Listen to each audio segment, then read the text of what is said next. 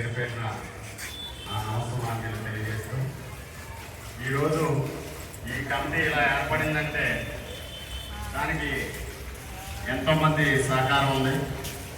యాక్చువల్గా అందరినీ కూడా యునానిమస్ చేద్దాం అనుకున్నాం. లాస్ట్ టైం ఎలక్షన్లో పోటీ చేస్తేనే ఎవరి సత్తా ఏంటో తెలుస్తుంది. కాబట్టి నేనైతే మళ్ళీ మన విష్ణుకుమార్ రాజు గారిని సాదరంగా ఆహ్వానిస్తున్నాను. ముందుగా ఈ కార్యక్రమానికి నన్ను ప్రమాణ స్వీకార మహోత్సవానికి కార్యక్రమానికి నన్ను ఆహ్వానించిన పృథ్వీరాజు గారికి, అట్లాగే రాజు గారికి, నూతనంగా ఎలక్ట్ అయిన మెంబర్స్కి అందరికీ కూడా నా యొక్క హృదయపూర్వకమైన నమస్కారాలు తెలియజేసుకుంటూ, ఇక్కడికి విచ్చేసిన పెద్దలందరికీ కూడా, డయాస్ మీద ఉన్నవారికి, డయాస్ ముందు ఉన్నవారికి నా యొక్క హృదయపూర్వకమైన నమస్కారాలు. అట్లాగే వనితా వాకర్స్ క్లబ్ మెంబర్స్కి అందరికీ కూడా నా యొక్క నమస్కారాలు పేరు పేరున తెలియజేసుకుంటున్నాను. నిజంగా వైశాఖి స్పోర్ట్స్ పార్క్ అంటే విశాఖపట్నంలోనే ఒక మంచి పార్క్. దీన్ని ఇదే ట్రెడిషన్ని కంటిన్యూ చేస్తూ ఇంకా పెద్ద ఎత్తున ఏదైనా సహాయ సహకారాలు కావాలంటే తప్పనిసరిగా నేను చేయడానికి సిద్ధంగా ఉన్నాం, నా అధికారాన్ని ఉపయోగించి. నేను ఇదివరకు కూడా ఏదైతే ఇక్కడ మన స్విమ్మింగ్ పూల్ పక్కన పైన ఒక బ్యారికేడ్ లాంటిది పెట్టాలి, ఇండోర్ కింద కన్వర్ట్ చేయాలనుకున్నప్పుడు నేను కానీ ఇంకా లెటర్ అయితే రాలేదు. 2 నెలలు అయిపోయింది, లెటర్ అయితే నాకు రాలేదు. ఇందాక రొంగల జగన్నాథం గారు కూడా చెప్పారు పెద్దలు, నాకు ఉన్నది ఉన్నట్టు మాట్లాడటమే అలవాటు. దానివల్ల చాలా చిక్కులు ఉంటాయి, చాలా ఇబ్బందులు కూడా ఉంటాయి. ఫర్ ఎగ్జాంపుల్ ఎయిర్పోర్ట్, ఎవడన్నా నవ్వుతాడండి. ఇక్కడి నుంచి వైజాగ్ ఎయిర్పోర్ట్ బ్రహ్మాండంగా పావు గంటలో అరగంటలో వెళ్ళిపోయేదానికి ఇప్పుడు గంట, మామూలుగా నైట్ టైం అయితే గంట 5 నిమిషాలు 10 నిమిషాలు పడుతుంది మా ఇంటి దగ్గర నుంచి. అదే డే టైం అయితే 1.5 hours. మనం అడుగుతున్నది ఏంటి, కనీసము ఇక్కడ విశాఖపట్నం టు విజయవాడ, విశాఖపట్నం టు హైదరాబాదు, తిరుపతి అవన్నీ కనీసం ఇక్కడ మార్నింగ్ ఒక 3 hours, ఈవినింగ్ ఒక 3 hours ఆపరేట్ చేయండి అని చెప్పి మనం రిక్వెస్ట్ చేయడం జరిగింది. కానీ అది జరగలేదు ప్రస్తుతానికి. చూద్దాం మున్ముందు ఏమవుతుందో. కనీసము ఈ రోడ్స్ ఇన్ఫ్రాస్ట్రక్చర్ ఇవన్నీ కంప్లీట్ అయ్యే వరకు అది ఉండాలని చెప్పి నేను కోరటం జరిగింది. కానీ మిగిలిన వారు కూడా మాట్లాడితే బాగుండేది, మిగిలిన ఎమ్మెల్యేస్ అందరూ కూడా మాట్లాడితే బాగుండేది. But what ever the reasons, maybe the political reasons అవనివ్వండి, లేకపోతే ఏది ఏమైనా విశాఖ ప్రజల గురించి, విశాఖ ప్రజల కష్టాల గురించి పార్టీలతోటి సంబంధం లేకుండా మాట్లాడే వ్యక్తిత్వం కలిగిన వ్యక్తిని నేనని చెప్పి మీకు అందరికీ కూడా తెలియజేస్తున్నాను. సరే, ఎలక్షన్స్ వచ్చినప్పుడు మాకు ఓటేయండి, మాకు ఓటేయండి అని అడుగుతాం అంతే తప్ప వేరే ఎలక్షన్స్ అలాగే అసెంబ్లీలో కూడా మాట్లాడుతూ ఉంటాం. ఎందుకంటే ఇది పొలిటికల్ అయినప్పుడు అతను ప్రజాప్రతినిధితోటి సమానం. సో ప్రజలకి irrespective of the political parties, it is our bound and responsibility and duty for a public elected representative to raise the voice in the assembly or in the parliament and bring the facts to the government so that the government can amend its policies or required policies. ఏదైనా మార్పులు చేర్పులు కావాలంటే చేసుకునే దానికి అవకాశం ఉంటుంది అనే ఉద్దేశంతో నేను మాట్లాడతాను. ఇప్పుడే కాదు, మాట్లాడుతున్నాను, ఫ్యూచర్లో కూడా మాట్లాడతాను. దాంట్లో ఏమాత్రం సందేహం లేదు. నాకు ఈ కుర్చీ ఉన్నా లేకపోయినా it doesn't make me difference.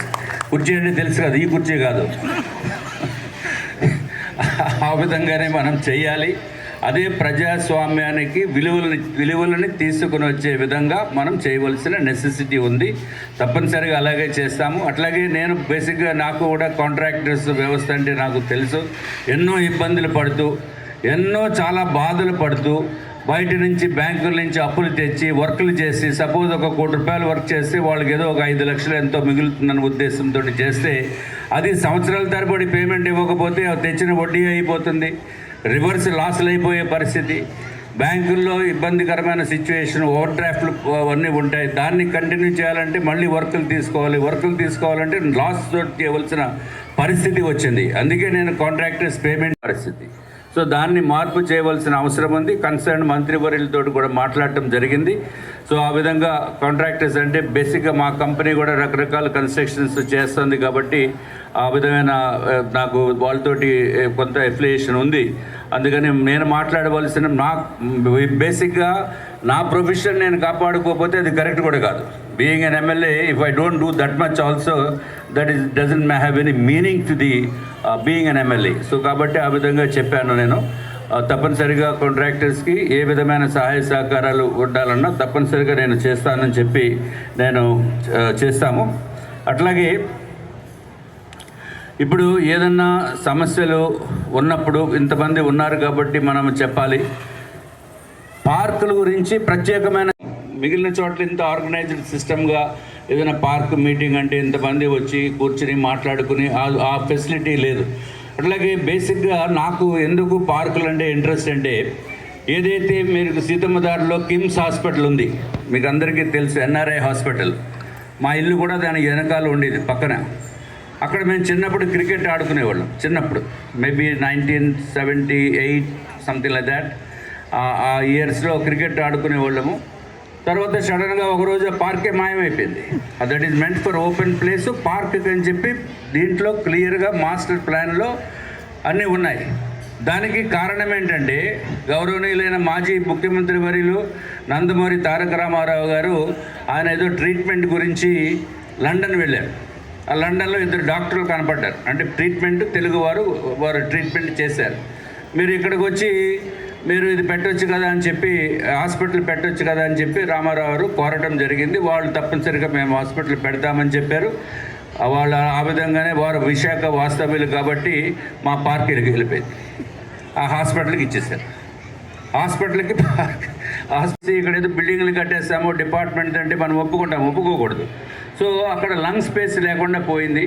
So డెఫినెట్గా ఇటువంటి పరిస్థితి మళ్ళీ ఎక్కడ కూడా నార్త్ నియోజకవర్గంలో నేను ఎమ్మెల్యేగా ఉన్నంత వరకు I want to develop parks ఫెంటాస్టిక్గా చేయాలనే ఉద్దేశము. అట్లాగే ఏదైతే గ్రీన్ బెల్ట్లో మనం హైవే పక్కన చూస్తున్నాము గ్రీన్ బెల్ట్, దాంట్లో మనం మంచి ఫ్లడ్ లైటింగ్ పెట్టి చిన్న box type of cricket games ఆడటానికి గురించి కానీ, లేకపోతే అది కూడా ఒక వాకింగ్ ట్రాక్ కింద చేయాలనే ఉద్దేశంతో పెద్ద ఎత్తున చేపట్టడం జరిగింది. ఇంకా బ్యాలెన్స్ ఏదైనా మిగిలిపోయినవి ఉంటే అది కూడా చేయాలనే ఉద్దేశం.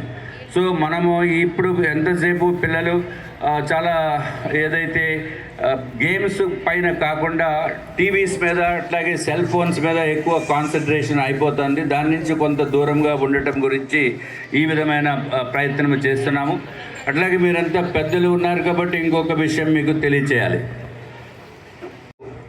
మా ఆఫీస్కి నుంచి ఫోన్ వచ్చింది. ఇట్లాగా ఒక చిన్నారి 13 సంవత్సరాల వయసు అమ్మాయి కళ్ళు తిరిగి పడిపోయింది. కిమ్స్ హాస్పిటల్లో జాయిన్ చేశారు. వాళ్ళు పూర్ పీపుల్, ఇమీడియట్గా డబ్బులు కట్టమన్నారు.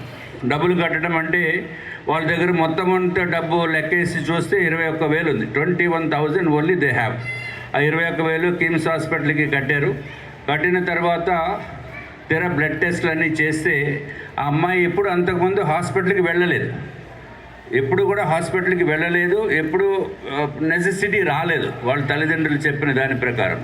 సడన్గా కళ్ళు తిరిగి పడిపోయిన తర్వాత తీసుకుని వెళ్తే షుగర్ లెవెల్స్ 450 ఉన్నాయి, 450. ఇమీడియట్గా ట్రీట్మెంట్ చేయాలంటే డబ్బు ఉండాలి. సో వాళ్ళు నాకు చెప్తే ఇమీడియట్గా హాస్పిటల్ వాళ్ళకి చేసే ముందు ట్రీట్మెంట్ స్టార్ట్ చేయండి ఇమీడియట్గాని, do whatever is the required thing, balance డబ్బుల గురించి నేను చూస్తాను, don't worry about the money, you do the treatment అని చెప్పడం జరిగింది.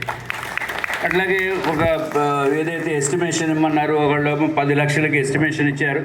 మీ కార్పొరేట్ హాస్పిటల్స్ తెలియదు ఏముంది, మీరు ఇవ్వండి ట్రీట్మెంట్ చేయండి ఎంతైనా చేస్తామంటే వాళ్ళు ఇష్టం వచ్చిన రేట్లు రాస్తారు. బట్ హౌఎవర్ అనుకోవద్దు, అందరికీ కూడా షుగర్ టెస్ట్ చేయవలసిన నెసెసిటీ ఉంది. ఇప్పుడు అమ్మాయి కిడ్నీస్ పోయినాయి. ద ప్రాబ్లమ్ ఈజ్ మొత్తము కిడ్నీస్ ఇబ్బంది పడిపోయిన పరిస్థితి, డయాలసిస్ మీద ఉంది. అట్లాగే రకరకాల కాంప్లికేషన్స్ వచ్చినాయి. బట్ ఆధునిక వైద్యము అందుబాటులో తీసుకుని వచ్చిన వలన she is able to at least her life is saved now. And ఇది కాకుండా డబ్బులు 10 లక్షలు ఎక్కడేమోలకి అది సరిపోలేదని చెప్పారు మళ్ళీ మేనేజ్మెంట్. నిన్న సీఎం గారు వచ్చినప్పుడు కొంచెం మళ్ళీ డబ్బులు తక్కువైనాయి సార్, నేను కూడా కొంత చేస్తున్నాను, మీరు సాయం చేయండి అంటే మళ్ళీ ఒక 3 లక్షలు శాంక్షన్ చేయడం జరిగింది. ఒకసారి శాంక్షన్ అయిపోయిన తర్వాత రెండోసారి శాంక్షన్ చేయటం అనేది జనరల్గా జరగదు. బట్ ఈ కూటమి ప్రభుత్వంలో గౌరవ ముఖ్యమంత్రి గారి దగ్గరికి ప్రాబ్లం తీసుకుని వెళ్ళిన వాళ్ళని బట్టి కూడా ఉంటుంది. కాబట్టి ఆ విధమైన సుమారు 9,75,000 రూపాయలు ఆ అమ్మాయికి నిన్నే 3 లక్షల రూపాయలు శాంక్షన్ అయింది. వాళ్ళకి చెప్పడం జరిగింది, ట్రీట్మెంట్ కంటిన్యూ చేసి ఎంత డబ్బు అయినా సరే బ్యాలెన్స్ ఏ విధంగా చేయాలో నేను చూస్తామని చెప్పడం జరిగింది. సో కాబట్టి ద బేసిక్ అండర్లైనింగ్ పాయింట్ ఏంటంటే ఇక్కడ నేనేదో గొప్పగా చేశానో లేకపోతే అనే ఉద్దేశంతో కాదు. ఇది మొత్తము నార్త్ నియోజకవర్గంలో ప్రతి చేయడానికి ఇంకా ఏది కావాలంటే అది కూడా మీరు కాగితం మీద రాసి ఇవ్వాలి. మీరు దయచేసి ఈ నూతన కమిటీని ఒక 10 డేస్లో ఇవ్వండి. 10 డేస్లో మ్యాక్సిమం తోటి 124 పార్కులు విశాఖపట్నంలో డెవలప్మెంట్లో ఉంది. మనకి ఒక 10 పార్కులు చెప్పాను. అది కాకుండా ఇంకా అడిషనల్గా ఉంటే అది కూడా చేపిస్తాం, దాంట్లో ప్రాబ్లం లేదు. దయచేసి మీకు తెలిసిన వాళ్ళకి కూడా చెప్పండి, అదర్ పార్క్స్ అసోసియేషన్ వాళ్ళకి కూడా వాళ్ళకి కావాల్సిన రిక్వైర్మెంట్స్ అన్నీ కూడా రాసి ఇమ్మనండి దయచేసి. దానివల్ల మనకు ఉపయోగపడుతుంది. అట్లాగే రోడ్డు గురించి చెప్పారు, తప్పనిసరిగా అది నేను